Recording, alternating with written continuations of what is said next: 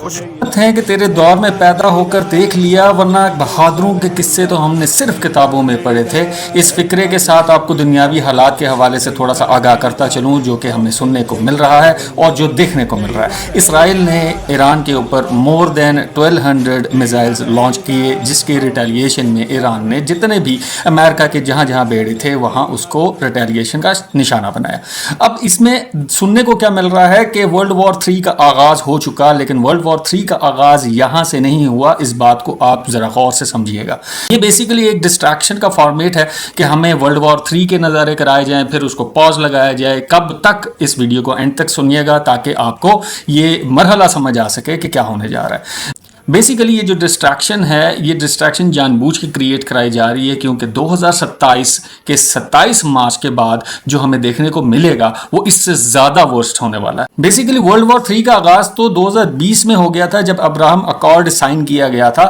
جس کے بارے میں اب ہمیں جا کر سننے کو ملتا ہے، جو کہ پچھلے ایک سال کے اندر بار بار نعرے لگائے جا رہے ہیں اسرائیل کی طرف سے کہ عمان، جارڈن، سعودیہ اور ترکی اس گریٹر اسرائیل کا حصہ بننے جا رہے ہیں، اور اس کو یہ حق سمجھتے ہیں کہ یہ ان کا پارٹ آف گریٹر اسرائیل ہو۔ اب اس میں ہمیں دیکھنے کو کیا مل رہا ہے کہ جتنی بھی اسلامک سٹیٹس ہیں ان کو آپس میں لڑوایا جا رہا ہے، ڈپلومیٹک انداز کے اندر بیچ میں گھس کے ایک وائلیشن جنریٹ کرا کر ایران کو پہلے بیچ میں انوالو کیا، اور ایران کے تھرو ہی اسلامک سٹیٹس کے اوپر حملہ کرایا گیا۔ اب اس کے انٹرنل میٹر کے اندر جایا جائے تو انٹرنلی ایران کے اندر اس چیز کو مزید پن اپ کیا جا رہا ہے کہ آپ لوگوں کو اس حکمرانی سے آزاد کرایا جا رہا ہے، یعنی کہ خانہ جنگی کا بھی آغاز انٹرنل کیا جا رہا ہے۔ اس سارے معاملے کو دیکھنے کے بعد یہی چیز کلیئر سمجھ آ رہی ہے کہ ساری اسلامک جتنی بھی یونائٹڈ اسٹیٹس تھیں ان ساروں کو ڈسٹریکٹ کر کے علیحدہ کیا جائے، اور ڈیوائڈ اینڈ رول جو انگریزوں کا ایک پرانا حربہ ہے اس کے اوپر عمل درآمد کرتے ہوئے گریٹر اسرائیل کا ایک سہارا لیا جائے۔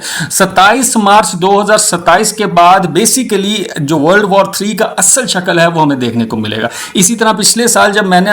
یہ پبلکلی اناؤنس کیا تھا کہ 2026 کی مڈ تک ورلڈ ریسیشن ہٹ کرے گا، اس ٹائم میرا مذاق بنایا جا رہا تھا۔ جو کہ چیزیں مجھے پڑھنے کو، سمجھنے کو، دیکھنے کو مل رہی تھیں وہ میں نے اناؤنسمنٹ میں کیا تھا، جو کہ لاسٹ ایئر اپریل میں ڈکلیئر کیا تھا کہ 2026 کی مڈ یا 2026 کے اینڈ تک ورلڈ ریسیشن ہٹ ہوگا۔ اور ورلڈ ریسیشن ہٹ کیسے ہو رہا ہے یہ اب آپ کی آنکھوں کے سامنے ہے۔ نیکسٹ ایئر کی جو پریڈکشن ہے 27 مارچ 2027 کے بعد وہ فیز جو کہ اٹامک انرجیز کی انوالومنٹ ہو سکتی ہے اور مزید ڈسٹرکٹیو انداز ہمیں دیکھنے کو مل سکتا ہے، وہ 27 مارچ 2027 کے بعد ہوگا، اور گریٹر اسرائیل کے جتنے بھی حربے ہیں اس کے بعد ہمیں دیکھنے کو ملے گے۔ اور اس کا ایک بیسک جو سٹانس ہمیں بہت پہلے دیکھنے کو ملا اسرائیل کی طرف سے سعودیہ کے اوپر پورا ہولڈ کرنے کے لیے، وہ تھا نیوم سٹی، جس کا آغاز ہو چکا ہے اور 2027 کے اندر یہ کمپلیشن سٹیٹ کے اوپر آنے والا ہے، اور یہ ان کا پہلا قدم تھا اس کو پورے طریقے سے کامیابی سے اپنے انڈر کرنے کا۔ 27 مارچ 2027 میں نے اتنی بار ریپیٹ کیا، کیوں کیا اس بات کو بھی آپ سمجھ لیں، کیونکہ یہ 7واں سال ہے آرمگڈون کا،